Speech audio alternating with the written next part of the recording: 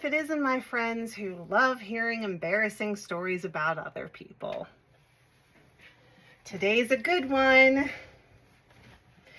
Last night I was asked at the ball game, my son plays, Henry, and somebody asked me, it's amazing that Henry plays basketball and plays so well because his parents didn't play, right? You didn't play and his dad didn't play. I'm like, oh, yeah, no, I actually did play. Oh, I don't remember that. When did you play? Oh, I played through grade school, middle school, and actually quit after my 9th grade year. And they're like, oh, why did you quit? Did it just, get too hard? Like, was it difficult? I'm like, yeah, it got too hard. Yeah. Don't get me wrong. I mean, it was hard, but I actually wasn't horrible. I mean, in elementary school and in 8th grade, both, I was a starter. I mean, except for occasionally when this other girl that we were in competition for the same position, if she had a really good practice, better than me, then she would play as starter that game. So it was always like competition between me and her to get that final starting position.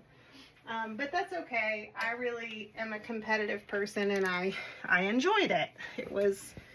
I enjoyed trying to earn that position. Yeah. I mean, I wasn't the greatest ball handler, I'm not gonna lie. But I was a good shot. So anyway, yes, I did play. They're like, oh, why'd you quit? And I told them, agreed with them, oh yes, it just got hard. But that's actually not why I quit. So maybe I'll just tell you now the real reason why I quit basketball, which is silly, and you're going to be like, oh, Liz, you shouldn't have done that. Save it. If you had done it, you would have quit too. I truly believe that. So I was always a very modest person. I was that person in the locker room, the weirdo that goes to the bathroom to change their uniform after the game because I don't think it's normal to change in front of other people. I'm sorry, I never have. I didn't like changing in front of my parents when I was little. That's not me. I'm like a modest person. I don't like changing in front of other people. So, yeah, that carried over through life. And I found myself in a team environment where everyone's changing in front of everyone with this dilemma. And for the longest time, I would go in the bathroom and change. And finally, I convinced myself, because there were some, oh, Robertson, you afraid you got something we don't got? I'm like, oh my gosh, I'm like a day away from being accused of being a hermaphrodite or something. And I definitely don't want that for my high school career. So I'm just gonna be normal and I'm gonna change in front of the team like everybody else. So I really had to psych myself up for this. I knew exactly what I was gonna do. I was gonna go into the locker room. I was gonna face the locker when it was time to change, face the locker, strip down, don't look at anybody, change into my street clothes, shower at home. I had it all planned out. Face the locker, change my clothes, shower at home. Yeah, so after a game, I don't remember who we played. I do remember that we lost that game. I don't know why I remember that. But anyway, I was like, okay, today's the day. I am going to change in the locker room like a normal person. And I go in and there's this blah, blah, blah, blah, blah, like the buzz of voices in the locker room. And I'm like, now's my chance. I turn, I face the locker, everyone's distracted. I strip down, take off my jersey, take off my shorts. I'm grabbing my street clothes, getting ready to slip them on while everyone's talking and distracted. And suddenly I hear the voice of my coach, my male coach say, "Don't undress in my presence."